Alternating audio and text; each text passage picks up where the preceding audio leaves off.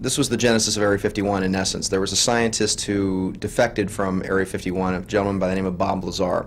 And Mr. Lazar came out of Area 51 and basically claimed that the United States government had 9 alien craft that had either been shot down or we'd gotten in some kind of deal, that some of the craft were in perfect working condition and were being flown by our pilots, other craft that they were taking apart and trying to figure out the technology on them.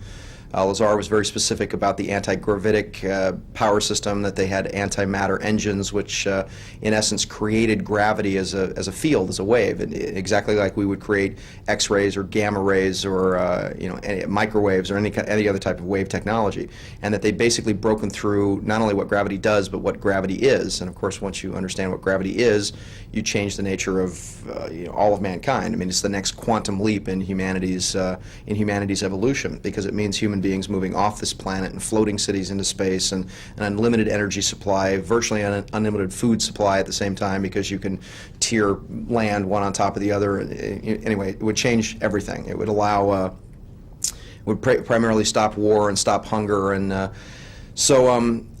he was originally interviewed by a gentleman by the name of George Knapp, who was an Emmy Award-winning producer in Las Vegas. And my documentary crew, UFO Contactees, interviewed him in the early part of 1990, which was about 6 months after Lazar came out.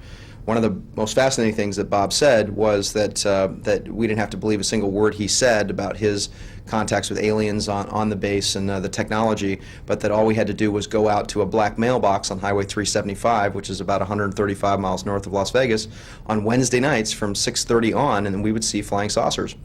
So it was February 26th, Wednesday night of 1991, and I managed to get an LA Times reporter and photographer to go out to this area with us. It was a dark and stormy night, and I had never seen a UFO before. After I had done so much research into UFOs, we'd literally spent almost a solid year doing nothing but traveling all around the world for this documentary to interview everybody that had anything to do with the UFO phenomenon. Scientists, abductees, contactees, researchers. Somebody had a dog barked at a UFO. We went out and talked to them all over Europe, all over the United States, all over Canada, all over South America. And I'd never seen a UFO ever, and here I'd had people in my family talking about them. My father was the public relations director for NASA. I have 2 godfathers that walked on the moon. Gordon Cooper, Gus Grissom, Alan Shepard, Gene Cernan were all really good friends of the family.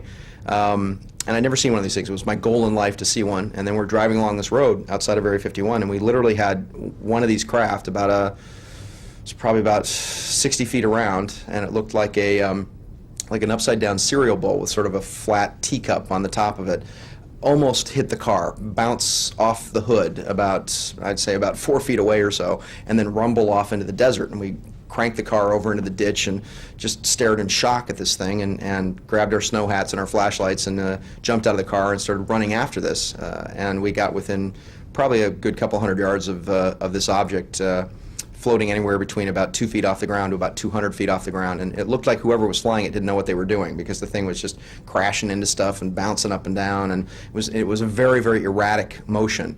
And it had this reddish-orange glow around the outside of the ship as well, that when we got our faces badly, badly burned by whatever this was. Of course, we didn't care, because I was just so happy that I'd seen this.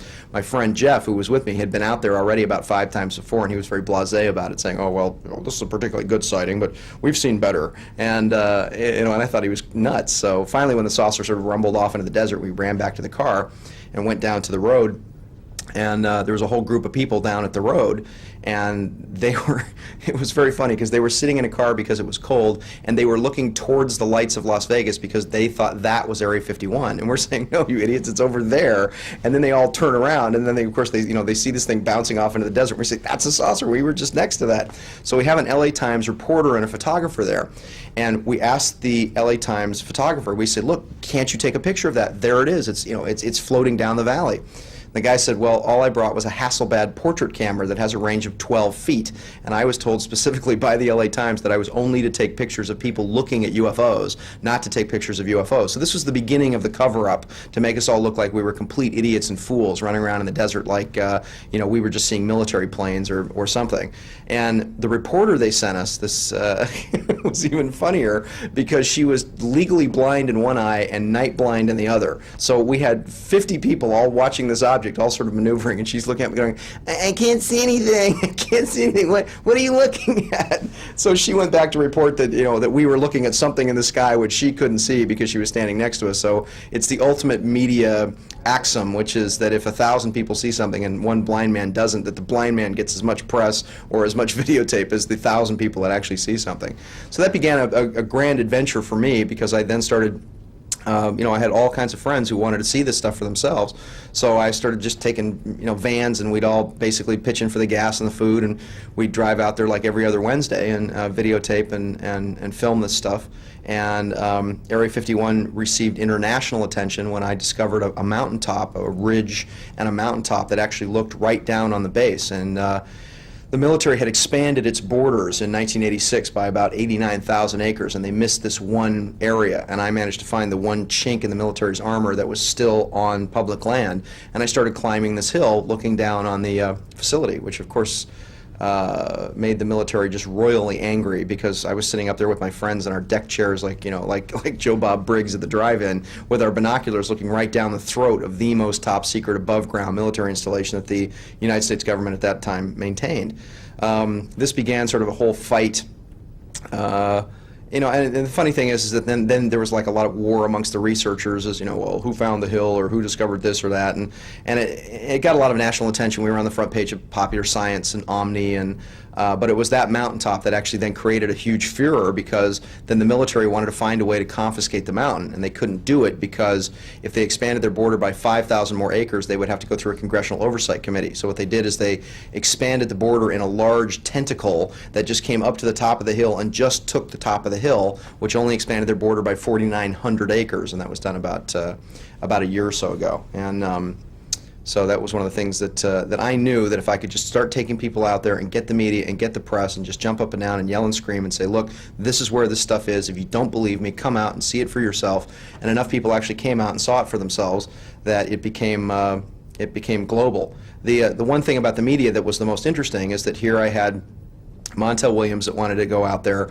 I had Montel Williams went out. I was on the Montel Williams show a couple of times.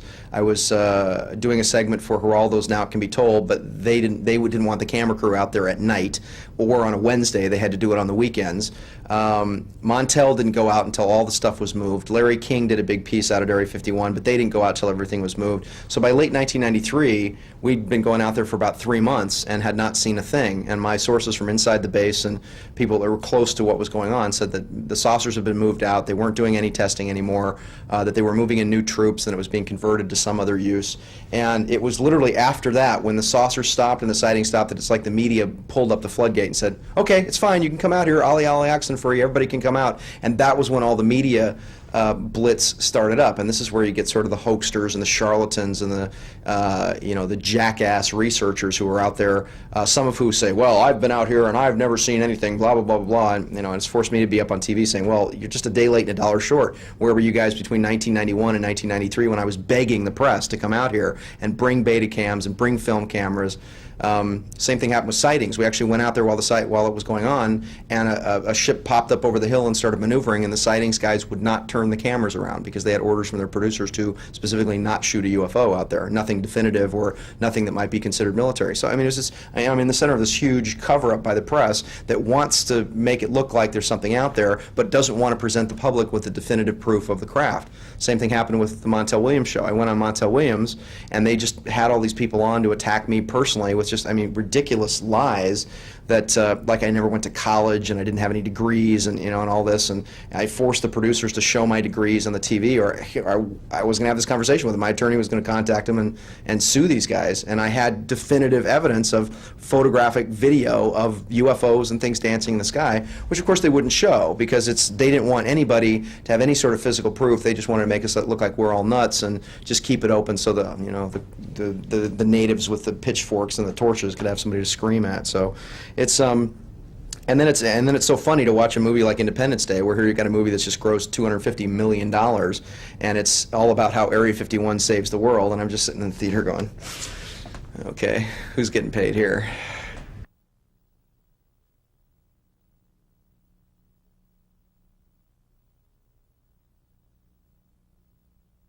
Not much on the Hill. I mean, we were swooped by helicopters and, dive bombed by jets and photographed and, we just saw the base, and there were things that were landing and coming and going, and we saw some unusual saucer activity. It's kind of funny because where the saucers are actually kept, where the ships are being tested at, wasn't the actual Groom Lake facility. There was another facility. It was behind sort of another mountain range. It was called Papoose Lake. That was about 25 miles away, and even Lazar was saying he would sort of get on another bus and go down to this separate facility. And Papoose Lake was much further down. So here was like Groom Lake from on top of the hill, and where you would see the stuff test would be sort of way over to the left. But we saw some unusual lights, and we saw some stuff on the that they seemed to be testing or building on the ground. And I mean, probably the most, with the exception of the saucers, and I just saw hundreds of those. I mean, they were just the sky would just rip open every night. We'd have 40, 50 really good sightings in a night. With the exception of the discs and the little dancing lights in the sky, the other thing that I saw out there with a very good friend of mine, John Hadley, who was murdered about a year ago, was we saw an object that came in from space that had a huge blunt shovel nose on the front of it. It was some sort of aircraft. Had a blunt shovel nose, and then it looked like two door stops, sort of one on top of the other. And it came up and it bulged in the center, and then the back part of it sort of scooped up like the back end of like a '62 Corvette. It was black on the bottom, white on the top, with what looked like two sort of bubbles on the top of the fuselage. And this thing was gigantic. I mean, it was literally somewhere between 1,600 and 1,800 feet long. And this thing came in from one end of the valley, making no sound, did a long sweeping motion, and this was about 3:34 a.m. or so, and then came in, and instead of landing like a plane, the thing actually came in like a plane and then just sort of stopped and hovered and then came down perfectly straight. And then about 8 minutes later, there was this ripping roar that knocked us over, knocked over the camera, smashed one of the windows in the car. This ripping sonic boom, and this was an object that was coming in from space that was going so fast that it was creating 3.4 earthquakes on the ground, and it was reported all over the news, and they were called skyquakes. And they were coming in over San Diego, over Catalina, right over Los Angeles, and then over Mount Shasta as well. And this was reported on every major news media in Los Angeles for the period it was happening back in the summer of 1992. I later interviewed a scientist. This was interesting because just 2 weeks ago I spoke to a scientist who worked out at the facility as he was in manufacturing, and he was there between 1965 and 1970. And he said, "Oh yeah, that's the E-13141." And I said, "What's that?" And he says, "It's a lunar shuttle." And he says, "We go back and forth to the moon, and it's got Martian capabilities as well. And the thing can also go, apparently it's got extrasolar capabilities, which means you can go out to the edge of the solar system, sort of cruise around, and then come back in." And I said, "Well, how big was this thing you were looking at?" And he says, "It was 1,800 feet. And I said, "When did you see it when you were there?" Because he drew it for me, and it was a little bit different. It was sort of a original version of what we had seen, and it was a lot different from what we'd seen in the valley. And he was out there in 1967 when he claimed that this 1,800-foot thing would come in from space, and that the thing was so hot that they had to put it in the hangar and douse it with liquid nitrogen, and they couldn't go anywhere near it for like 4 hours. He also said the skin on it was like fiberglass. He said it looked like fiberglass, but it felt like a shark. He said it was almost like fleshy, the skin on the craft itself. So it's just been for me, it's just been an amazing adventure, because it's been there's been everything from scientists and researchers and crackpots and wannabes and local yokels and cowboys, and I mean, it would make probably the most if they ever did the real story of what was going on out there from all the different angles, probably make one of the best movies ever.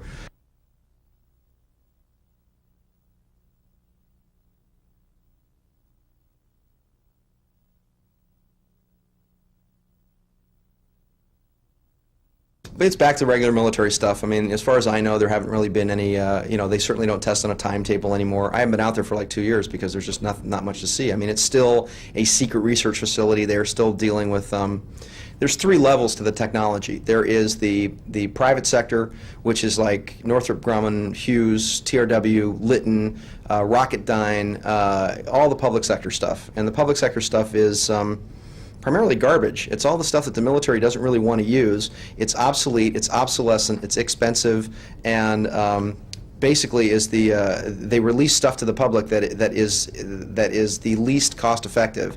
And That's what the private sector gets. The next sector is the military level of technology. And the military level, which is pretty much what Area 51 represents, is anywhere between 15 to almost 25 years ahead of anything that you or I have ever heard of. And the joke in the military, of course, is if you've heard about it, it's obsolete. So they're dealing with everything from anti-gravitics to time-space fields to teleportation, and actually well, not teleportation, but what are called boom tubes, which are actually electromagnetic lenses that they focus that you can walk through like a door and come out any place on the planet if you want, et cetera, et cetera. I mean, this is stuff that's so far in advance of what we know of. And then there's another level above that, which is what I call the shadow technology. And it's like there's a block that seems to be a power structure, almost like a shadow government that's made up of these 9 families, the Rothschilds and the Rockefellers and the Habsburgs, and that have consolidated their money and their wealth and their power over not just a generation, but over hundreds of years. And anything that can be of real benefit or a quantum leap in the technology to mankind is absorbed up into this sort of shadow level of technology.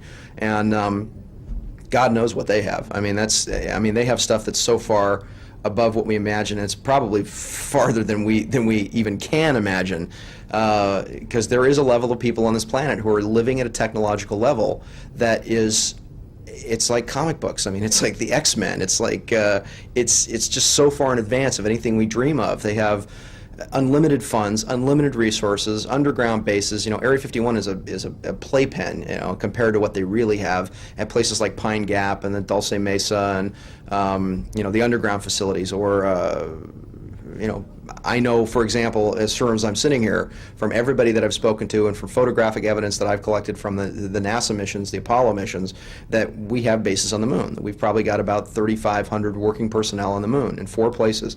The Saraslavsky crater, which is on the backside, the Van de Graaff crater, Tycho Brahe, and the King crater. That's where most of the activity seems to be based. And that's one of the reasons why NASA's not being allowed to go back to the moon, because they were afraid that NASA, being a public organization, would blow the cover on what's really going on up there. And of course, NASA was sending back a lot of photographs that a lot of people were asking a lot of questions about. The very nature of the moon is actually what it is, and the scientific aspect of what we've been fed is actually in question by a large number of dissident scientists.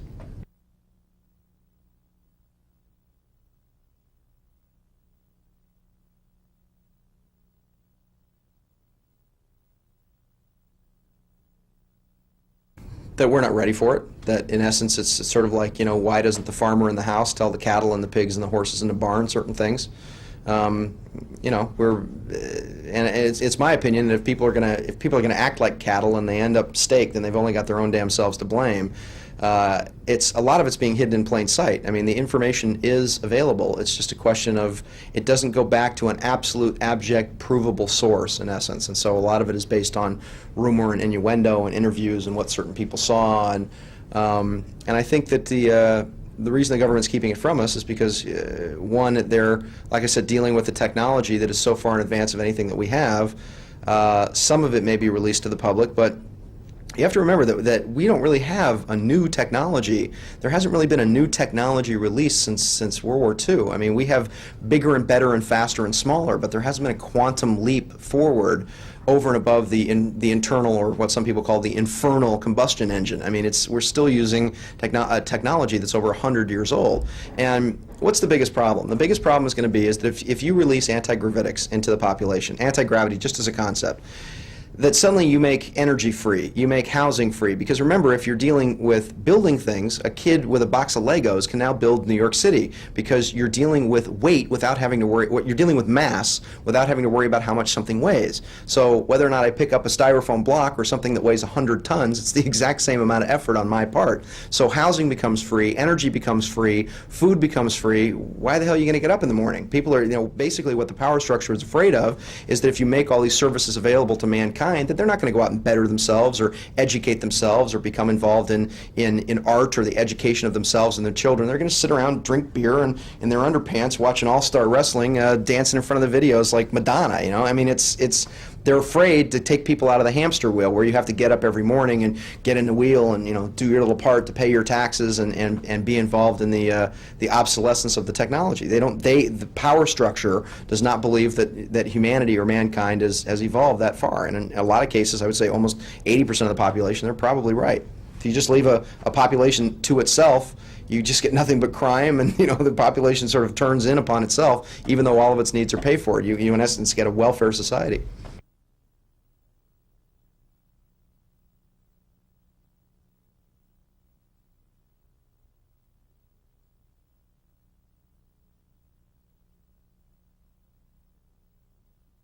Once again, to refer to them, this block of shadow government that is a group of these 9 families, banking families, financial families that have consolidated their wealth and their power, not just over a generation, but over, as I said, hundreds of years. I mean, imagine, if you will, that there has never been a technological advance that has been lost since Da Vinci, as an example. I mean, and here you've got Da Vinci, who invents who invents the airplane, the parachute, the hot air balloon, the tank, the first submarine, all those designs. Imagine if we've been working on that for 500 years. I mean, I can tell you, if the Crusades hadn't happened, Arab technology was so advanced in the Ottoman Empire that if we didn't have the Crusades between the 10th and about the 13th century, we'd have an Arab on the moon in the 1700s. They had to stop that progression of technology. So this is not something that's been going on for a generation. These are families and consolidations of families that go on for hundreds, possibly thousands of years. And the link would actually be back to an extraterrestrial source. Let's take it back to the Bible.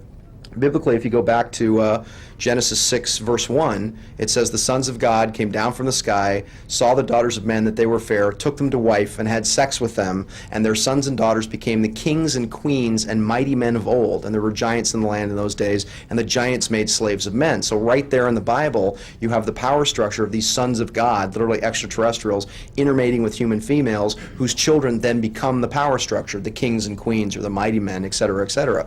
And we've just recently, just in the last couple hundred years, broken out from a monarchical system where it is believed that the planet itself belongs to God, or Yahweh, who's somewhere out there, and that he's left his children, the kings and queens, to take care of the planet, that God owns the planet, and they're sort of the landlords of the planet, and or the managers of the planet, and we're all sort of paying them rent in the great cosmic plantation. So, I mean, it goes back a long way.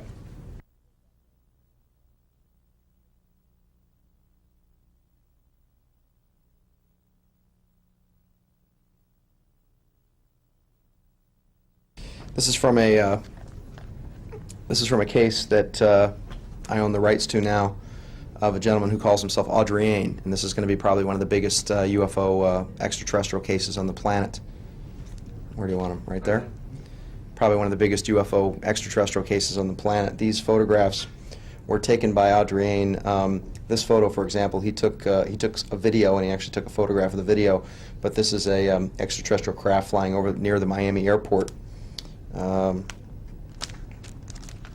These are photos of the underbelly of the ship, of the craft here. This is the same craft, except this was the underbelly where the propulsion system is, and this is a craft that's actually up in the clouds, because he's actually on a ship riding on a UFO, taking photographs literally out the window of this craft. This is one of the better ones that he took actually up in the clouds. This craft here, he lives on a golf course right outside of Miami Beach, and I guess the Palladians come in and play 9 holes when they're visiting him, I suppose. This one set of photos is particularly unusual because this is a photo of a landed craft that he took in the Everglades. He goes out into the Everglades, sort of out into the jungle, to go meet and make his contacts. This is called the telemeter ship. It only holds 2 people, but it's usually robotic. It's like a robot craft that goes in and does probes and what have you.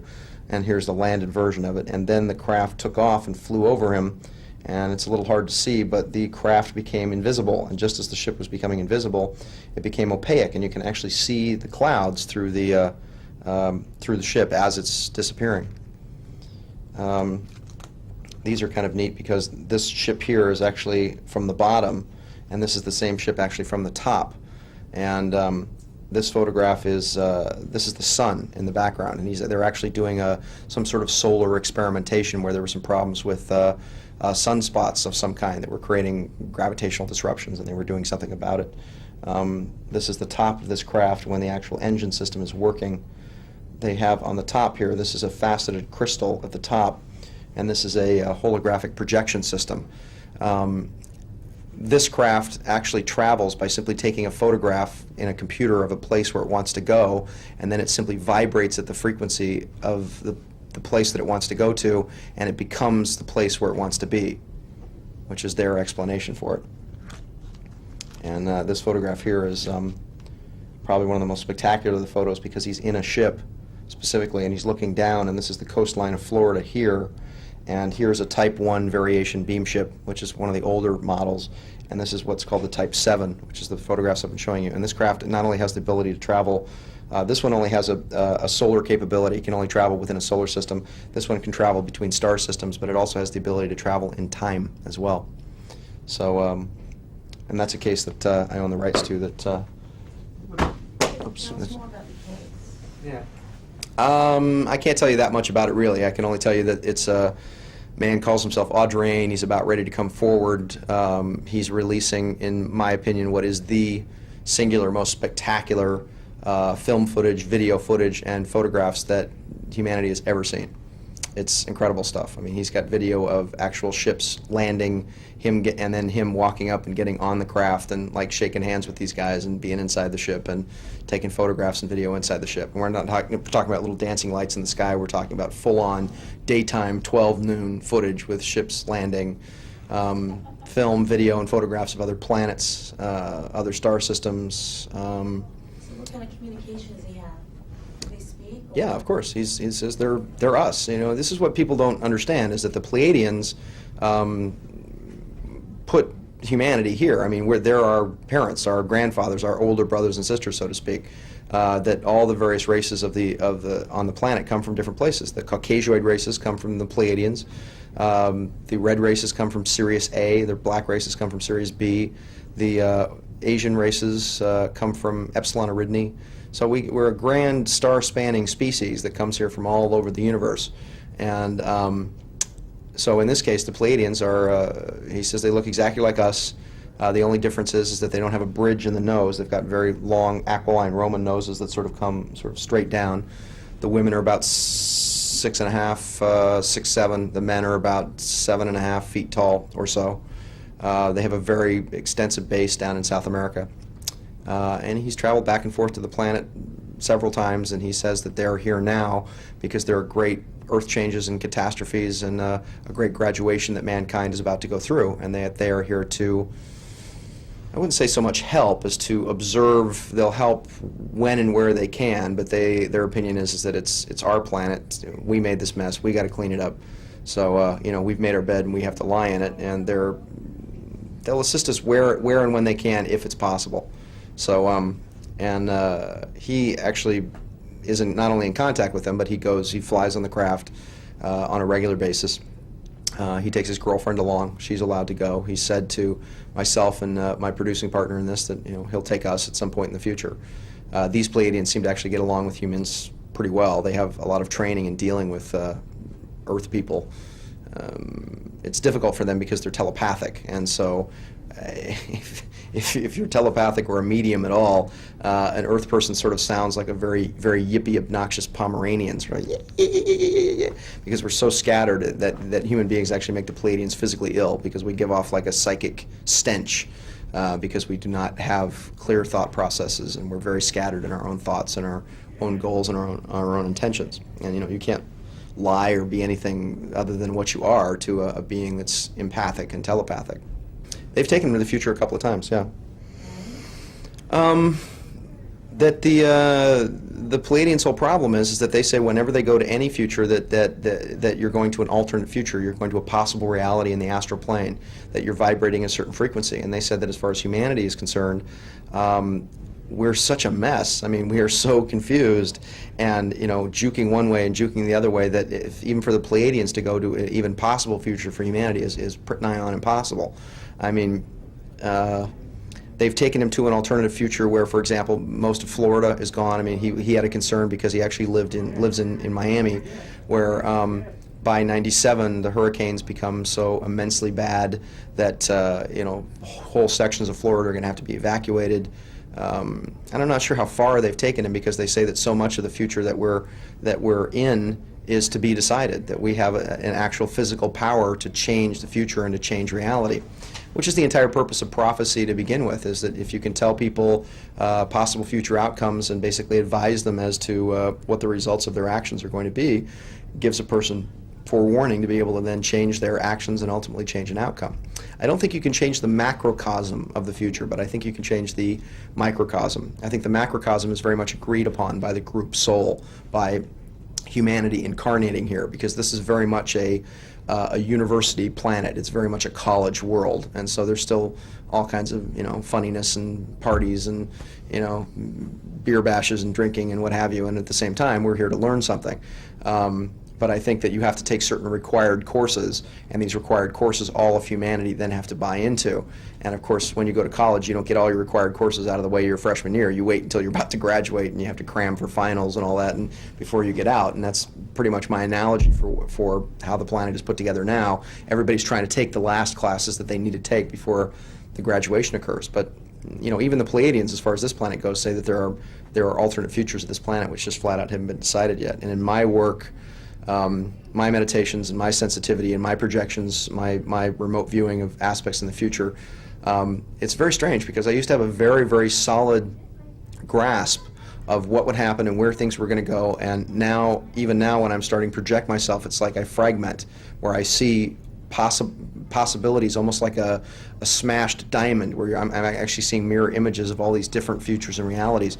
So we're really, literally, in about the next 3 years, in the deciding point as to what path we're going to take for the next maybe 2,000 years.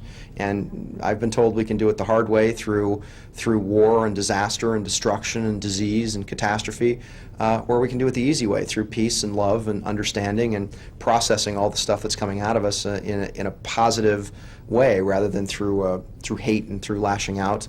And I think with communication and understanding and enough people sort of getting on the bus and getting with the program, I think that the birth pangs of this new age can be greatly lessened and greatly eased.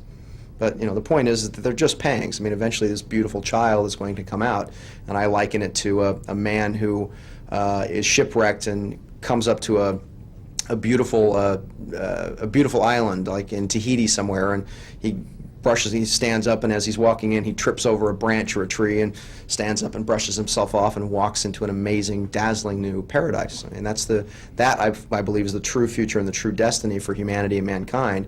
And it's just a question of our working out our aggressiveness, our masculineness, our barbarism, which is not a bad thing. I mean, it's what makes us curious. It's what makes us drive. It's what forces us to strive and propel ourselves to bigger and better things. I mean, imagine if you evolved on a planet where there had never been a war, never been a famine, never been a political collapse. It'd be sort of like going to University of Santa Barbara and learning how to play volleyball and smoke dope for 4 years, as opposed to going to someplace like S.E.C or Harvard, just as an example. I mean, who are you going to hire to do the job? So this is the best college in the universe. This is the Oxford, it's the Harvard, it's the USC, it's the Stanford of the galaxy, and it's actually a great honor to be here, to go through the trials and tribulations that we have to go through here, because we get a better learning experience and a better education here than literally anywhere else in the universe. And that's also how the Pleiadians feel and the people that I talk to. I mean, I haven't been in contact with these beings myself, so all I can do is report what I'm hearing from other people who have actually been there and brought back the physical evidence that shows me that they know what they're talking about.